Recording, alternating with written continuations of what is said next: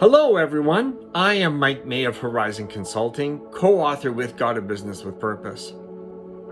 I just want to touch on an exciting aspect of the Business with Purpose course, and I'm going to focus on two sessions, and they're really far apart in the order that they're listed in Business with Purpose, but they're covering the subject of business explosion.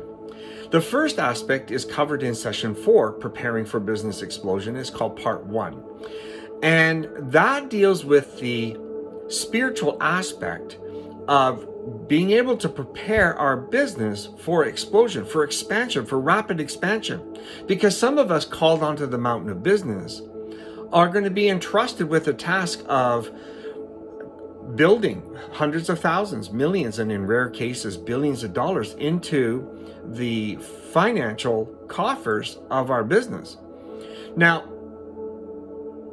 in session 4, what we deal with is the spiritual issue.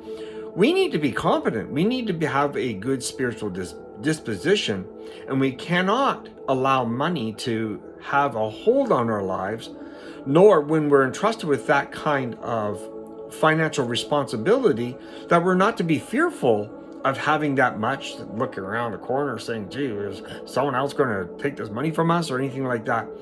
We can't operate in that kind of fear. We just have everything put in place. We have our insurances in place. Everything in the operation will protect it. But in our hearts, we have to be clear-minded and even-tempered. So that's session 4, but I want to touch a little more on session 15, which is part 2 of Business Explosion. Because we need to set up our businesses to be able to function properly and be able to handle that kind of business explosion. One of the aspects we want to cover off in session 15 is how do we limit our liability? How do we lower our tax burden? How do we want to pay our fair taxes to the government? So really, when we're gearing for business explosion practically, now we're dealing with business structure. Now, in Canada, you would want to have a Canadian-controlled private corporation or a publicly traded company in order to be able to best handle the limiting of liability. That's from people trying to sue us, commit litigation, or even limiting even an insurance claim or anything like that. The business is pretty much covered under the umbrella of a corporation. And in the United States, you can have, I'm going to cover off 3 different kinds. You can have limited liability corporations, or LLCs, which basically is a flow-through hybrid corporation, but you end up reporting your income on your 1040 return. Then you have S-Corps, which are also, your income is reported on a 1040 return, or in my opinion, the best one is a C-Corp, which you can actually use as a private corporation or as a publicly traded corporation.